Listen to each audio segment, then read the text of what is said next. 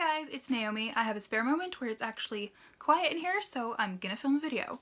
Today I thought I would unhaul a huge stack of ARCs that have just been sitting on the floor. If you're not familiar, the term ARC means Advanced Reader Copy, and I get a lot of them because I am the owner of a book subscription box, Unicorn Crate, link below if you want to check that out. And so I get a ton of ARCs from publishers, and I have a huge stack sitting here that I want to get rid of, and I figured before I did I would just run through them all really quickly and give you a very brief review. I also have my little notebook here that I just keep some brief notes on all the books that I'm reading so that I can reference later, because like I said, sometimes I read these like 5 months before they are even released, and I read so many of them throughout the year that I can tend to forget what I even read. Except for the really good ones that leave a lasting impression. That's how you know they're really extra good. The stack that I'm unhauling today is January through April 2018, by the way. The first book is Blood and Sand by C.V. Wick. Kind of a cool cover there, and now a lot of times on ARC covers they say cover not final, and most of the time they're pretty similar to the final one, but sometimes they completely change them. So I'm not sure actually what this one ended up looking like because I didn't check it out. But this one is about gladiators. It's about a female gladiator, and I really enjoyed this one, and I think I gave this one about 4 out of 5 stars. And the back says, cinematic, pulse-pounding, gender-defying, what if Spartacus was a young woman? So she's kind of in disguise during the part where she is fighting, and it's also a love story. And I think I remember being really upset at the end of this one, but I still gave it 4 stars. As I'm looking at my notes right here. It was a really exciting and fun reimagination of ancient Rome, and I really loved the scenes where we see her fighting, but I also wanted more of those. I wanted a little bit more from this book at some parts, so even though I gave it 4 stars, now I'm thinking maybe 3.75, but I don't know, it's kind of riding on those 4 stars, but definitely not 5 because there could have been even more in my opinion, but definitely worth a read, and yeah, I would recommend it. Next one is Beneath the Haunting Sea by Joanna Ruth Meyer. This is from a new-ish imprint, Page Street. They just started doing young adult fantasy, or just young adult in general, and I really like this one. It had kind of a slow, moody, and lyrical feel to it. I gave this one 4.5 stars. I would have given it 5, but there's just these little things that bugged me throughout, and who knows, maybe they edited those for the final version. I'm not sure. These ones came out in the first one I talked about, and this one came out in January.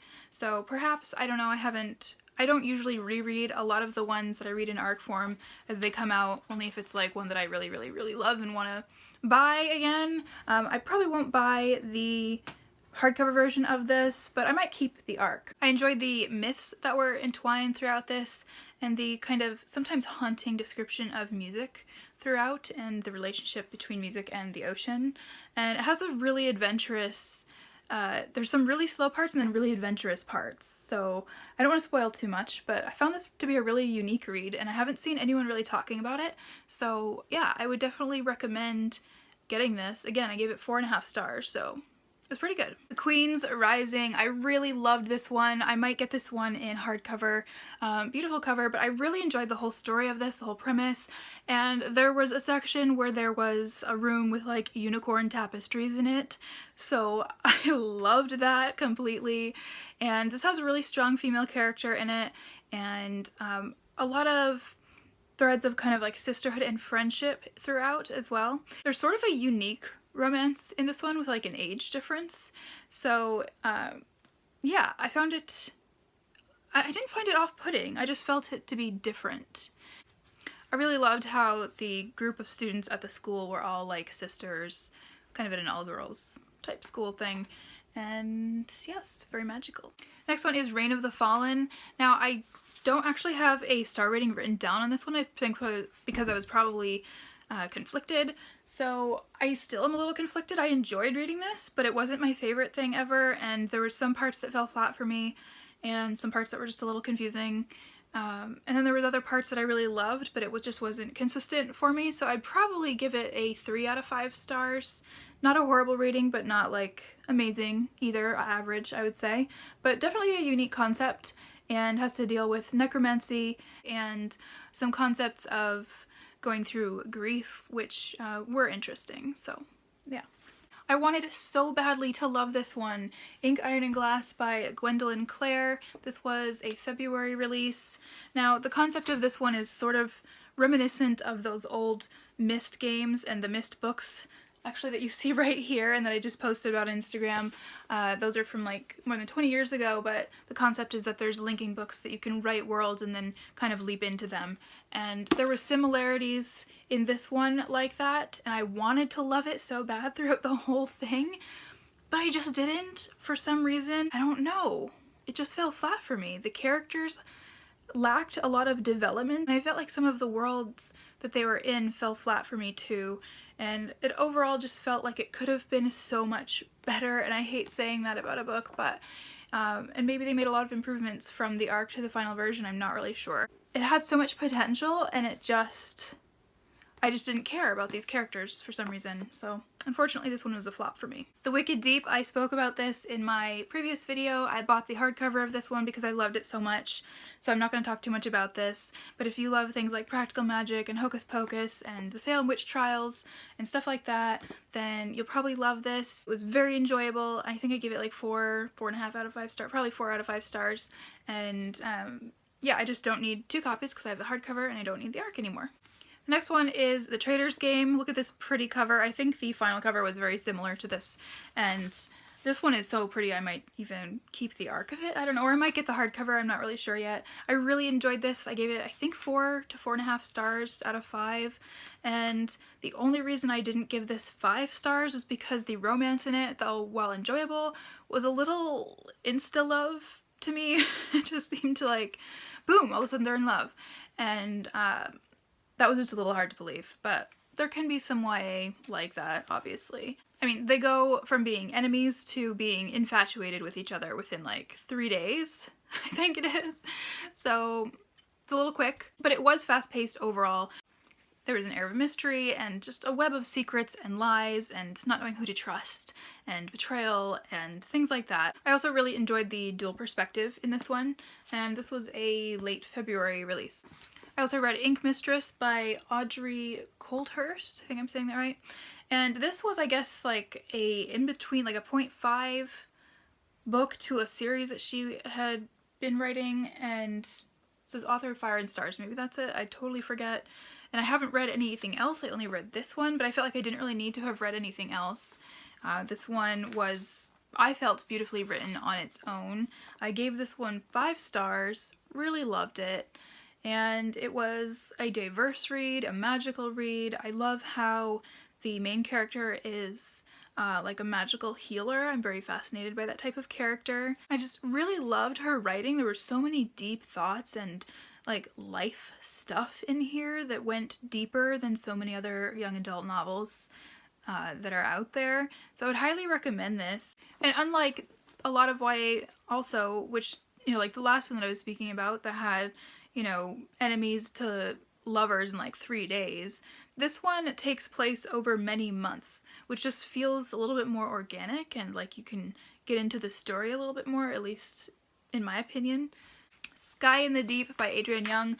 I love this book. I've seen mixed reviews, which I was surprised because I thought this was wonderful, and I gave this one 5 stars, looks like on my review. I couldn't remember if it was like 4.5 or 5, but I gave it a 5, and I would definitely get the hardcover of this one, and I'm excited for the next one. And I don't know what people are saying about why they don't like it. I don't really read a ton of other reviews, honestly. This story was so action-packed. I read this in one sitting, like in one day, and it's about Vikings, and it is kind of slow though. It's like there's spurts of action and then there's slow parts where she gets taken captive into the enemy camp and of course starts to feel for the enemy and that whole type of story. And even though we've kind of seen this type of story before, I really love how it was done, and I loved seeing those quiet scenes of just like the home life in the enemy camp. That some of those types of scenes can be really powerful, I think. I would definitely recommend reading this. The next book is Ace of Shades by Amanda Foody, and she also wrote a book that I included in a Unicorn Crate box last year, Daughter of the Burning City. love this one. So I was obviously really excited to read another book from her, and this one did not disappoint. I really enjoyed it. I just love Amanda Foote's writing and her imagination, and I didn't love this one like quite as much as her first book, but I still loved it a lot and would highly recommend this. It's very different, as her writing tends to be. It takes place in the world of card sharks and gambling, and maybe that's why this wasn't like 100% like her other one to me, just because that's not like my type of world. Like, I don't love reading about that kind of thing. But even so, I really enjoyed the characters in this one. She writes really different and vivid characters. There was a really unique monetary system in this world, which I enjoyed reading about, and I think she's actually an accountant in real life, so I wasn't surprised to see something like that in here. Isle of Blood and Stone. I wanted to love this one. It sounded like such a cool premise, but I really found myself struggling to finish this one, actually. The beginning felt a little confusing and overwhelming. There was a huge cast of characters right off the bat, and it's just not really clear what you're supposed to follow, really. It was really a murder mystery, and again, I think it had so much potential, but I just had trouble finishing it. It fell flat for me. I wished that there was more sea serpent scenes in this, like we see on the cover. I was really excited for more sea serpents, and we get like, I think one main scene, maybe two, and I really wanted more of that. So unfortunately, I think I only gave this like 3 stars. And that was being generous. I feel like I always feel so bad when I have to give a book a bad rating, but that's just my opinion. I did really like the details about map making, though. I wish there was like more map making stuff and then more dragons. And there needed to be some magic, even though the world was sort of magical. Like, there was not actually any magic in this book. The Diminished. This book took me forever to get through. I had a lot of other things going on at the same time I was reading it, and that's partly why, and it is also kind of long. I think it's like 500 something, yeah, it's like almost 500 pages. This one seemed like it was trying to be too many things, and it just didn't feel, I don't know if seamless is the right word, more like it had little threads coming undone from its seams, if that makes any sense at all. There were certain plot points that interested me, but then there was long swaths of time that I got really bored, and I pressed on trying to like give it a good chance. But unfortunately, this one just didn't do it for me. The last one, somehow I have 2 copies. I don't know how this happened, and also this was like my least favorite thing that I've read this year. This was a DNF for me. I did not finish it. And this is Reflection, A Twisted Tale by Elizabeth Lim. What if Mulan had to travel to the underworld? The first whole section, I didn't even like get to the part where she's in the underworld. I made it like 65 pages in, and I was like, I can't do this. I have too many other things to read, and it just was not gripping me at all, unfortunately. So it just felt like a recap of like the show, like the Mulan movies, which I love the Mulan Disney movies, don't get me wrong, but this was just like trying to copy it too much, and I know that this is by Disney Press, but it just felt very juvenile. It didn't feel like young adult, it felt like middle grade almost, and I got really, really bored. Whew, okay. That was a lot. If you're still here with me, thank you so much for watching this video. I hope that it can give you some insights into which books to pick up and which ones to pass by if you're wondering about some of the spring releases from 2018. There are other ones too, but I left them out for various reasons. I'll talk about them in other videos probably. But those ones are all the ones that I can now finally move on from and clear out more space for more arcs. Thank you so much for watching. I hope you're all having a wonderful day wherever you are. Subscribe if you want to see more videos. I will try to post when I can. And yeah, I will see you all again soon. Bye.